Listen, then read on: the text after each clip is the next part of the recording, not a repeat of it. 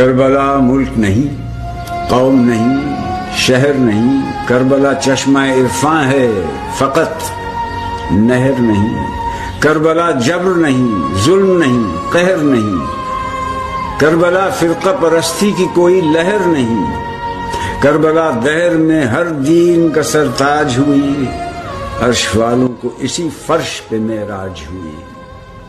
اس بلندی سے ہے تاریخ بھی باقی، ذکر باقی ہے تو ہر دیدہ نم بھی باقی، شہداء آج بھی باقی ہیں، علم بھی باقی ہے، محمد کی جوانی کا حشم بھی باقی ہے۔